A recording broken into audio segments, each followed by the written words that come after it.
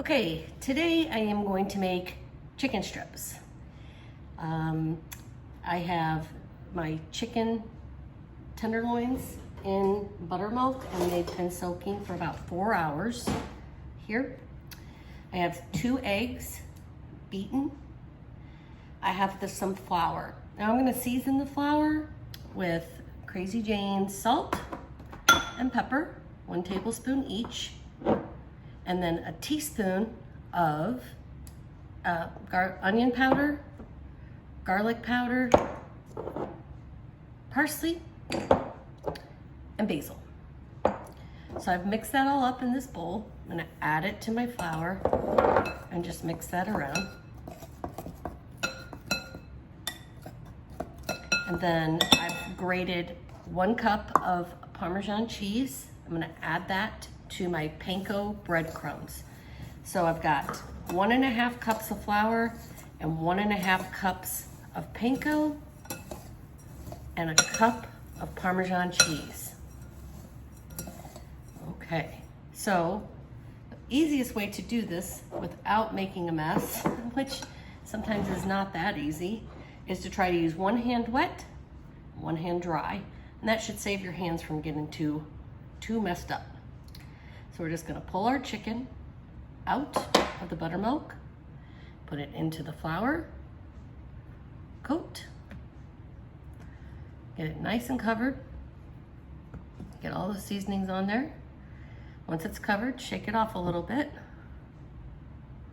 then dip it in the egg. Make sure that gets completely coated. And then put it into your panko, cover it up, and I smash it down into this perfect little chicken breast fillet, like this. And once you have all of your chickens coated, we'll be ready to cook. I'll finish that and be back.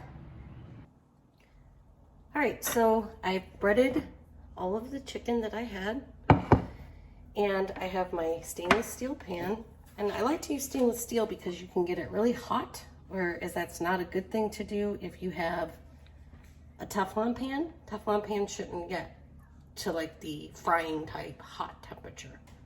And you can see I'm putting a lot of wet olive oil in here, and we're gonna turn this heat up to just below the highest temperature. We want to get this really hot.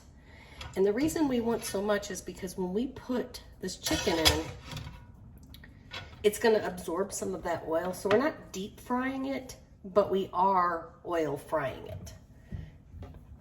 And that makes for delicious fried chicken strips. Okay, we're going to let that come to temperature. We'll be right back. Okay, so always have a thermometer. It's a must in every kitchen. I've got this oil up over the 250 mark. It's heating quickly, as you can see. So that means it's ready. About 250 to 300. And then we're just going to pick up one of our chicken breasts that we had coated and drop it in the oil. We probably only do about 3 at a time, because these are bigger than I got them at Sam's, so they're like giant.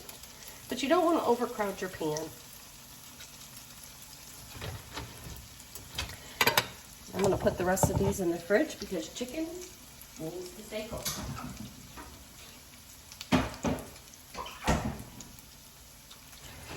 These will only have to cook about 3 minutes per side because we smashed them down so they're kind of thin. And you can always, when you're finished, cut one open, make sure that there's no pink. We have our red sauce going on the back burner here. This will be another day, but the red sauce that I make is a 2-day process, so this is day 1. We'll talk about that in another video.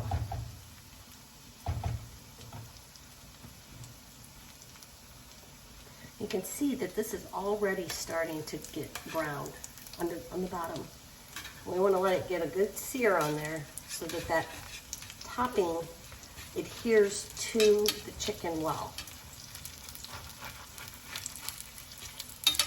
Just giving it a little nudge here to make sure we're not sticking to the bottom of the pan and losing our coating. We don't want that to happen.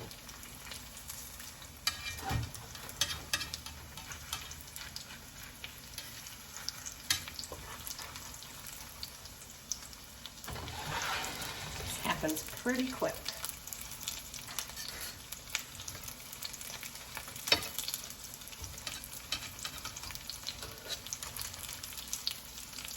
And there we go.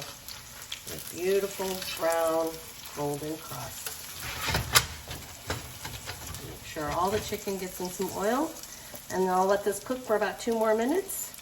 Put it on some paper towels and it's ready to eat. I would suggest ranch or honey mustard for dipping sauce. And that's a simple, quick one right there.